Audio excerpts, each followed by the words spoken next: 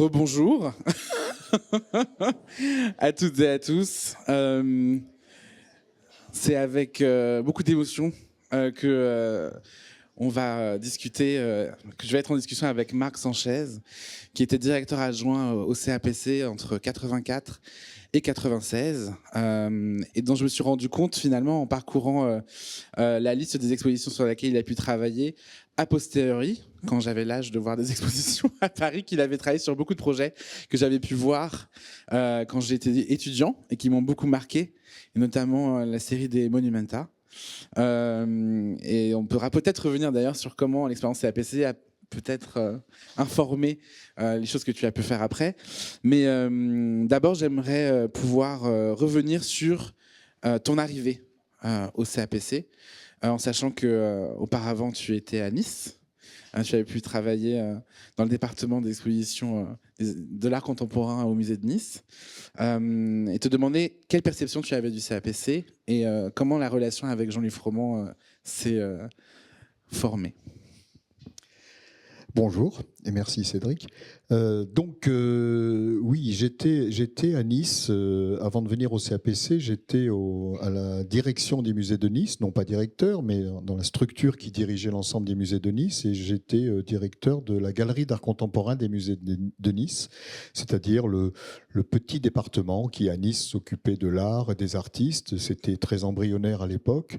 Moi, j'y suis arrivé en 1978 et j'ai eu la chance d'avoir beaucoup de liberté de programmation, d'action, de travail avec un directeur des musées de Nice qui s'appelait Claude Fournet et qui m'avait délégué cette possibilité de gérer un lieu dans une ville où il ne se passait rien de manière officielle.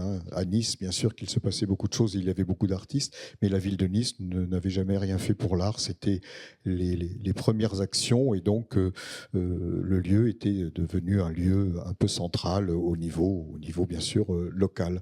Alors je ne connaissais pas le CAPC à l'époque autrement que par réputation qui était déjà bien établie dans le domaine de l'art contemporain, mais c'était pour moi une sorte de lumière, d'étoile comme ça qui brillait sur un autre côté de l'hexagone et pour lequel j'avais une sorte disons de fascination, en tout cas de désir de découverte. Et j'avais programmé à Nice, dans la galerie, une exposition monographique de Francesco Clemente. Nous étions là en 1983 et Jean-Louis Froment est venu me rendre visite. En tout cas visiter l'exposition. Et c'est à cette occasion que nous avons discuté ensemble et qu'il m'a expliqué ses projets pour le CAPC. Nous étions en 83, les travaux s'engageaient pour agrandir ce lieu, pour le modifier, pour le faire changer de statut. Comme vous le savez, il a acquis le statut comme tu le sais bien sûr Cédric, de musée en 1984. Et donc c'était l'occasion d'un agrandissement de l'équipe, d'un agrandissement des moyens, d'un agrandissement des locaux. Enfin tout s'agrandissait à l'époque. Et Jean-Louis cherchait un adjoint. Et j'ai eu l'immense chance qu'il me fasse cette proposition que j'ai bien sûr immédiatement acceptée. Et j'ai rejoint l'équipe au tout début de l'année 1984. Et je suis arrivé en pleine préparation. Enfin, j'ai commencé à travailler à distance, mais je suis arrivé en pleine préparation du programme d'ouverture et des expositions, Légende, Kiefer, Cy Twombly. Donc, pour moi, c'était avec les yeux très brillants d'émotion que je rentrais dans ce bâtiment.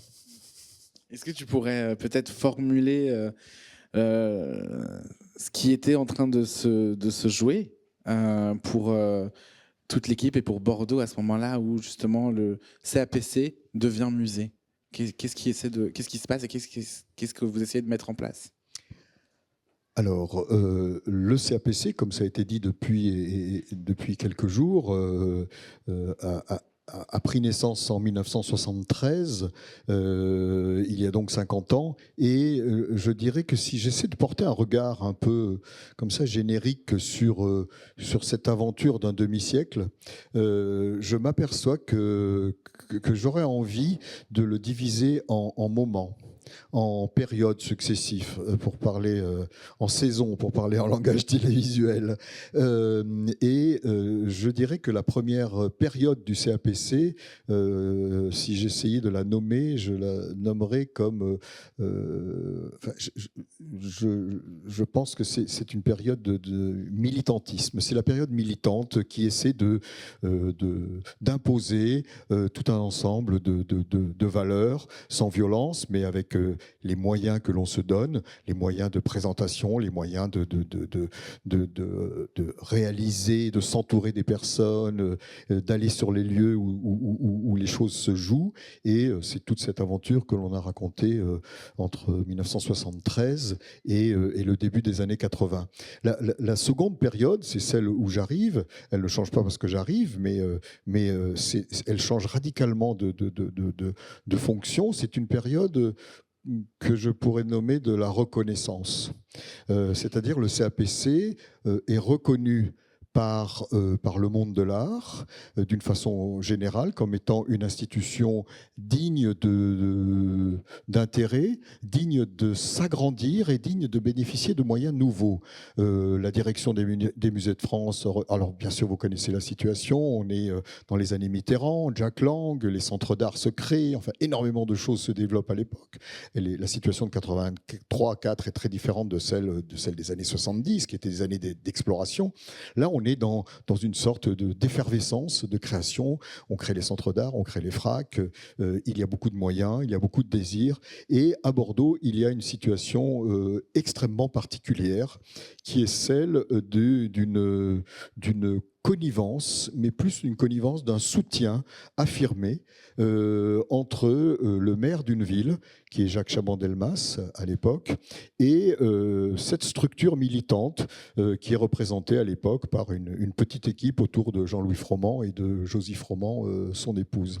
Et donc cette période de reconnaissance a produit des moyens nouveaux et a conduit à je dirais, un développement de toutes les capacités d'expression de l'institution, avec peut-être, en tout cas pas peut-être, mais avec des techniques, des méthodes qui ont été développées à partir de l'expérience militante de Jean-Louis Froment pour faire passer le lieu dans une période plus flamboyante.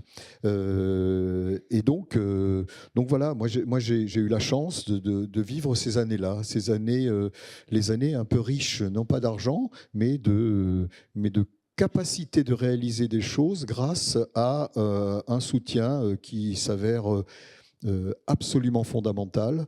Vous le savez, dans une ville, le maire d'une ville est celui qui tient les rênes. La grande chance du CAPC de cette époque était ce soutien. D'ailleurs, quand le soutien a cessé, on a changé d'époque. Et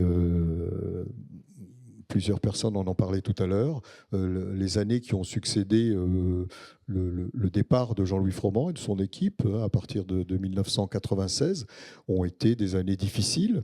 Et il faut rendre hommage, je crois, à tous ceux qui se sont battus. Un certain nombre sont dans cette salle, bravo, les gars et les filles, qui se sont battus pour faire en sorte de tenir bon. De tenir bon parce que quand on n'est pas ou plus soutenu par une municipalité, quand on vous réduit, voire vous enlève les moyens, eh bien, ça devient très, très, très difficile. Voilà, donc je ne sais plus quelle était ta question. Je me suis perdu dans la réponse. Je pense que tu essaies de faire cette sorte de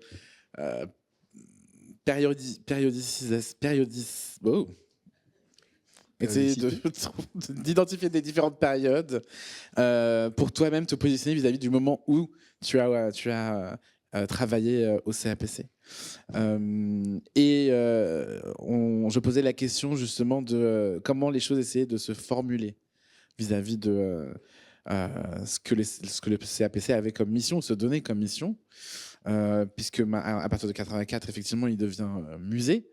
Et donc il y a toute cette tension en fait temporelle qui s'opère entre le fait de devoir produire des expositions au présent et en même temps d'avoir cette mission de patrimonialisation.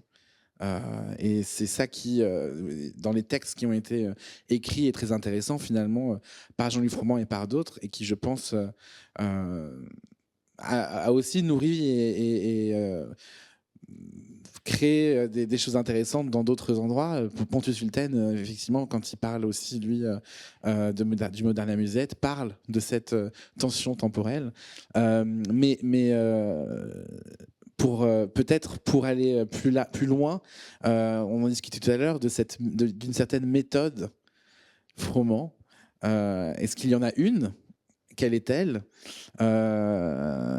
En sachant que peut-être il y a nécessité aussi de développer ou d'agrandir la focale, parce qu'effectivement on a tendance à se regarder, quand on parle en tout cas du CAPC, et on l'a vu là à l'occasion des 50 ans, souvent on parle presque exclusivement finalement de Jean-Louis Froment, alors que tu me le disais, une de ses qualités c'était de savoir s'entourer. Est-ce que tu peux nous parler de cela? Oui, alors la méthode de Froment, avec des guillemets autour de méthode, et certainement elle est bien réelle, mais Jean-Paul Thibault en a parlé hier en parlant de ses expériences antérieures, depuis l'école de Vevey jusqu'au travail dans des galeries ou dans des magasins. Elle vient vraiment du terrain, d'une véritable réflexion, et également de son rapport à l'écriture, à la poésie. Jean-Louis Froment est quelqu'un qui a eu, pour ceux qui ont lu tous ces textes, qui a une écriture poétique, et je dirais une écriture exclusivement poétique. Ce que je dis n'est pas négatif, c'est-à-dire que c'est son moyen d'expression, et c'est certainement une des clés d'articulation de son travail, c'est-à-dire c'est toujours du côté de la poésie qu'il place les choses. Alors la méthode Froment, je pense qu'elle est certainement constituée de beaucoup d'éléments complémentaires et convergents. Tout d'abord, un rapport aux artistes extrêmement intense et qui se construit dans la durée. C'est-à-dire que quand le CAPC engageait un projet avec un artiste, c'est un projet, ou avec des artistes, ou disons avec un artiste, ce sont toujours des projets qui venaient de loin, ou dans la plupart des cas, qui venaient de loin. C'est-à-dire qui s'étaient établis par un ensemble de dialogues complémentaires qui pouvaient commencer par une conférence, qui pouvaient être des visites d'ateliers, des rencontres fréquentes. C'est-à-dire que là aussi, je parlais tout à l'heure de connivence, une connivence s'installait, mais non pas entre Jean-Louis Froment et un artiste, ça aurait pu être une affaire un peu privée, mais entre un artiste et une institution.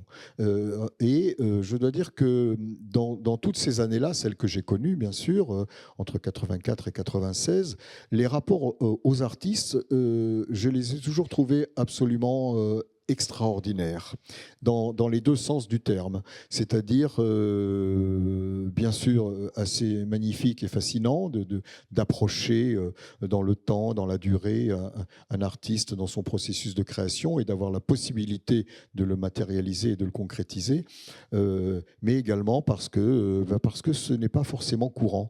Alors c'était certainement une des chances que l'on avait que le CAPC soit à Bordeaux. On l'a toujours dit, parce que Bordeaux est une ville qui a énormément de qualité, et à Bordeaux, on sait prendre le temps.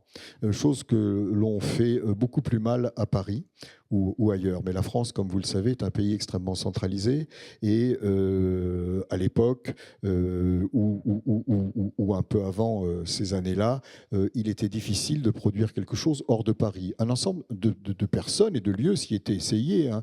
Le magasin, Jean-Louis Mauban à Villeurbanne, enfin bon, il y avait beaucoup d'expériences, des personnalités, Marie-Claude Beau à Toulon, Henri-Claude Cousseau au Sable d'Olonne, c'est pour parler que de la France. Mais bien sûr, comme vous le voyez, tous ces lieux-là sont des lieux périphériques. Ce sont des lieux comme Saint-Étienne, au musée d'art et d'industrie, sont des lieux qui ne sont pas dans cette mouvance où on n'a pas le temps, dont on n'a pas de temps à consacrer aux choses. Et encore faudrait-il savoir exactement pourquoi on n'a pas le temps à Paris et pourquoi on l'a à Bordeaux. En tout cas, ici, on en faisait une valeur concrète et une valeur qu'il fallait savoir exploiter. Les artistes venaient, vous avez vu, on en a parlé souvent, ils venaient, ils restaient, ils habitaient le lieu. On ne prononçait pas le mot résidence à l'époque, ça n'existait pas encore, je crois, en tout cas, ça ne faisait pas partie de notre vocabulaire, mais c'était des véritables résidences. Les artistes se sentaient ici chez eux. Et comme on l'a dit tout à l'heure ou hier, certains parfois s'installaient véritablement. Et ça permettait de construire un projet. Ça permettait de rentrer à l'intérieur du projet de l'artiste. Ça permettait de faire en sorte que toute l'équipe, et ça j'insiste, Jean-Louis Froment, c'est un homme, mais le CAPC, c'est une équipe. C'est une équipe dirigée par un homme. Il faut toujours des personnes, et lui, des personnalités qui conduisent un projet, mais si ces personnes sont seules, c'est souvent difficile, voire impossible. Et une des forces de Jean-Louis était de savoir s'entourer, en tout cas d'avoir le désir de s'entourer. Et si vous regardez par exemple les catalogues des expositions qui ont été produits à l'époque, vous verrez qu'à la dernière page, il y a les noms des personnes qui ont collaboré à l'exposition.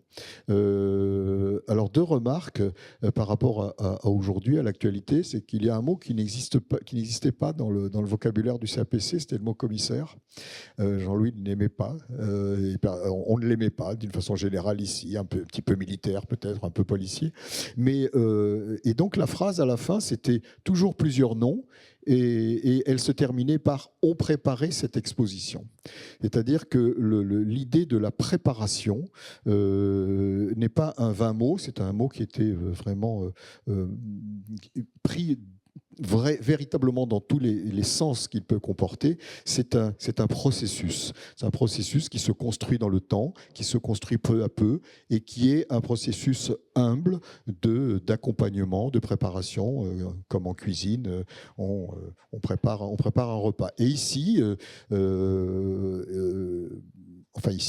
à cette époque plutôt, des personnalités comme bien sûr Josy Froment, Michel Bourrel qui a été cité tout à l'heure, mais Sylvie Coudert, Sylvie Barrère, enfin beaucoup d'autres personnes, Bertrand Bordier qui est ici aussi dans la salle, chacun dans son territoire, dans son terrain, chacun à son niveau, collaborer, Nadine Méran qui va parler tout à l'heure, collaborer extrêmement activement à la construction du projet et à la création de l'esprit du lieu. Et ça, c'était extrêmement important. Un autre point aussi extrêmement important de la méthode Froment, c'était travailler d'une manière égale et aussi intense sur le local, au sens non péjoratif du terme, et sur l'extérieur, l'international. Depuis les toutes premières expositions des années 70, si vous regardez la liste, vous verrez que le CAPC est déjà à Venise, est en Belgique, voyage, et dans plusieurs pays, ce qui ne se faisait pas tellement à l'époque, mais pour lui c'était une priorité de pouvoir porter ce qui se faisait à Bordeaux ailleurs. Et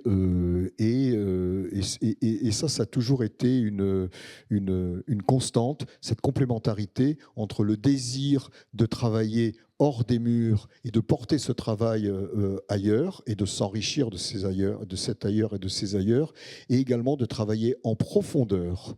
Et là aussi, le mot, il faut le prendre dans tout son sens sur la situation locale. J'en voudrais pour exemple le service éducatif qui était dirigé par Josy Froment et entouré de toute une équipe, parce qu'il y avait beaucoup de monde qui travaillait au service éducatif, les ateliers du regard, où les artistes venaient et produisaient des œuvres, des projets pour le lieu lui-même, et les enfants, alors qu'il y avait le vernissage de l'exposition, il y avait dans les ateliers du regard le vernissage de l'exposition, du mur, ou des projets faits par l'artiste pour les enfants, mais aussi un objet qui n'existait pas à l'époque et qui existe très très rarement maintenant dans d'autres situations, c'est l'Arbus.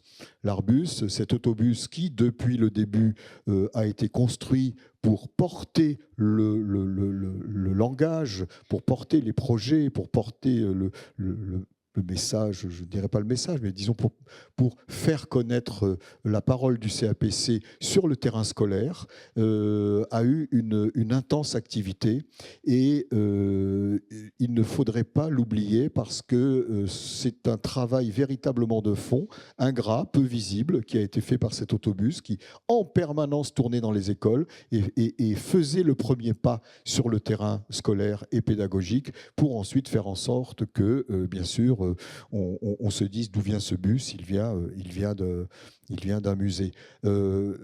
Pour terminer sur le département des ateliers du regard, service pédagogique, il y avait aussi ces extraordinaires boîtes expositions qui étaient produites à l'occasion de chacune des expositions, avec la collaboration des artistes, ou thématiquement, ou produites par les équipes, et qui est un matériel de prêt que les enseignants venaient chercher sur place, emporter dans les écoles, et à partir duquel ils pouvaient appuyer un discours pédagogique.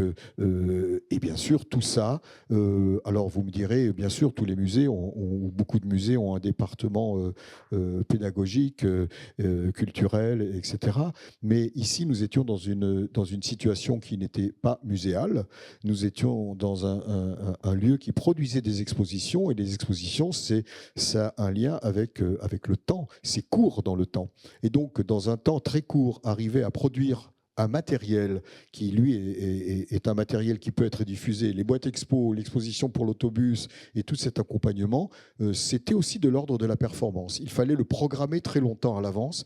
Et pour lui, pour Jean-Louis et pour toute l'équipe, c'était absolument fondamental, ce travail-là.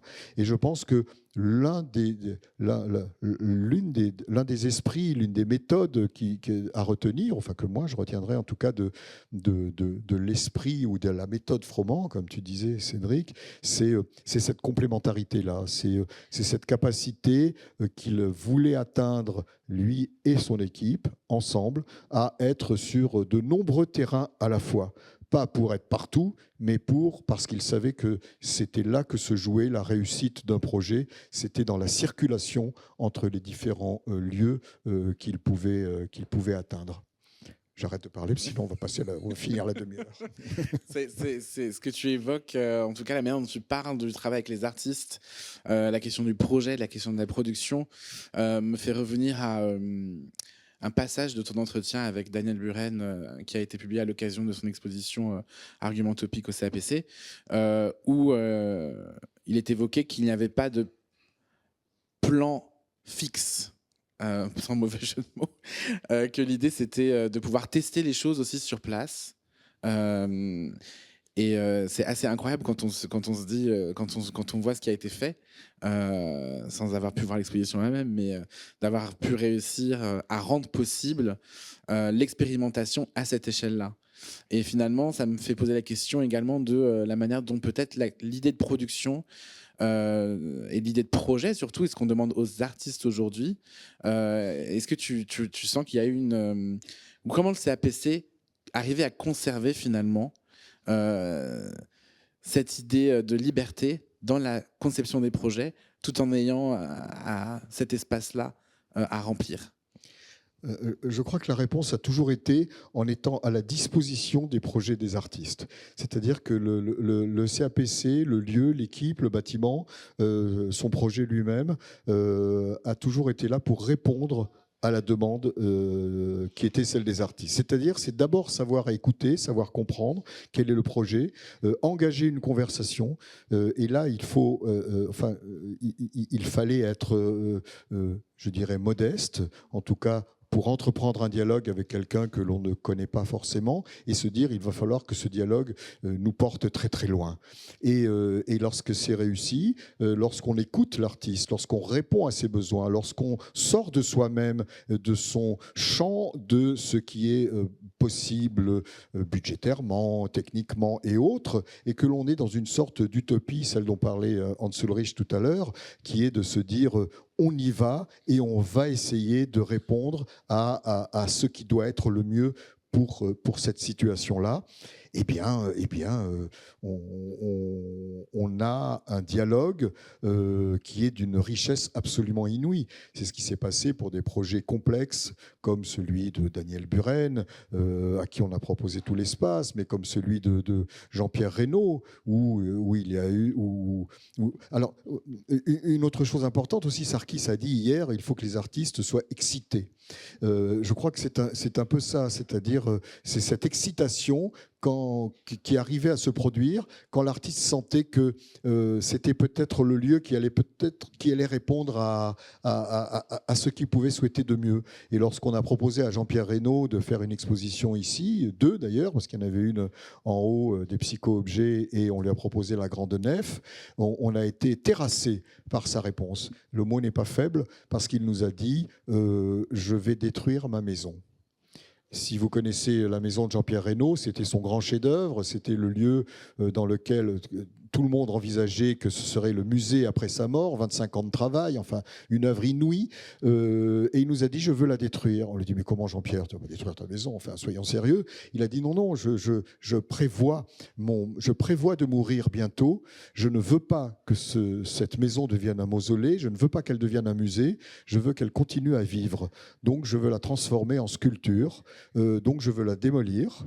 Je vais la mettre dans des containers. Il y en a une série là-haut. Hein. Ça fait plaisir de revoir les fragments de la maison. Et je veux qu'elle soit dispersée en 1000 endroits, 1000 lieux différents. Et on s'est dit, on y va. Et on a démoli sa maison. Et c'était l'homme le plus heureux du monde.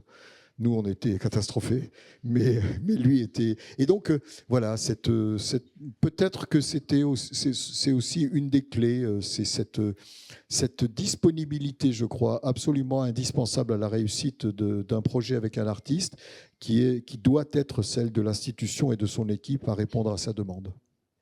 Et en parallèle de ces grandes expositions qui ont effectivement marqué, ont rendu... le CAPC visible et identifiable à l'international. On en parlera un petit peu après. Il y a aussi, à partir du moment où tu arrives au CAPC, le désir de proposer des expositions qui regardent l'histoire de l'art. Et je pense, ou en tout cas, qui essaient d'identifier des mouvements. Je pense notamment à Art Minimal 1 et 2, ainsi qu'Art Conceptuel 1. Tout à fait. Et ça, c'était principalement le travail qu'avait engagé Michel Bourrel. Je ne sais plus qui a dit aujourd'hui il ne faut pas oublier Michel Bourrel parce que c'est quelqu'un qui, malheureusement, n'est plus parmi nous, mais qui a énormément travaillé en profondeur sur le CAPC, sur l'histoire. C'est quelqu'un qui nourrissait énormément et d'une manière extrêmement humble, en se mettant peu en avant, c'était tout à son honneur, le travail intellectuel et historique du CAPC. Et ces expositions-là, lui et Sylvie Couder, c'était leur production. Donc Jean-Louis laissait faire et ces projets-là étaient signés par lui. Alors on ne parle plus de Michel Bourrel ou de Sylvie Couder comme étant commissaire de l'exposition Art Minimal, ou en tout cas maintenant on attribue tout à Jean-Louis Froment, mais il faut savoir un peu désacraliser, sans vouloir porter atteinte au personnage, en rien, cette capacité qu'aurait un grand chaman à faire un lieu extraordinaire. Je crois que vraiment un des éléments forts de la réussite du CAPC, c'est toute une équipe solidaire et qui portait le projet sur ses épaules, mais à chaque instant. Tu parlais de la manière dont le CAPC, dès 73, ou très vite en tout cas, commence déjà à s'exporter. Il est nomade, hein, c'est un terme qui a été employé dès le départ. Et quand toi tu arrives, il y a plusieurs effectivement excursions du CAPC musée à l'étranger. C'est la Biennale de Venise, c'est la Californie également, et quelque chose de beaucoup moins connu, mais qui nous intéresse beaucoup, Sandra et moi, en ce moment, c'est le rôle que vous avez pu jouer, toi et Jean-Yves Froment, dans la conception du MACBA à Barcelone. Est-ce que tu peux nous en dire quelques mots? Oui, alors là aussi, on tenait à être, je dirais, à être modeste dans l'apparition. Il ne s'agissait pas de mettre le CAPC en avant, mais lorsque le musée d'art contemporain de Barcelone a été projeté par le maire de Barcelone et construit par Richard Meyer, le bâtiment était à peu près bouclé, mais le projet muséographique était complexe et ils se sont tournés vers le CAPC et ils sont venus nous voir. Alors on avait beaucoup de liens déjà avec l'Espagne. On a exposé beaucoup d'artistes espagnols. On avait exposé Barcelo, Juan Muñoz, Susana Solano. Donc les liens étaient forts avec les institutions, la Caixa, le ministère de la Culture, dirigé par Carmen Jiménez ou par Maria Corral. Donc les liens étaient forts et ils sont venus nous voir et nous ont dit voudriez-vous travailler avec nous pour nous aider à concevoir le MACBA? Et nous avons travaillé pendant 3 années à Barcelone, 1 semaine par mois, pour mettre en place le projet muséographique. C'était complexe parce que Barcelone, c'est la Catalogne, c'est le choc des cultures entre l'Espagne et la Catalogne. Mais voilà, il y aurait beaucoup à dire là. C'était en tout cas une belle aventure. Et nous nous sommes retirés en 1993 lorsque le MACBA était sur le point d'ouvrir. Voilà. Ce sera sans doute l'occasion d'une nouvelle invitation, que tu reviennes pour nous en parler plus longuement. Merci beaucoup. Merci Cédric.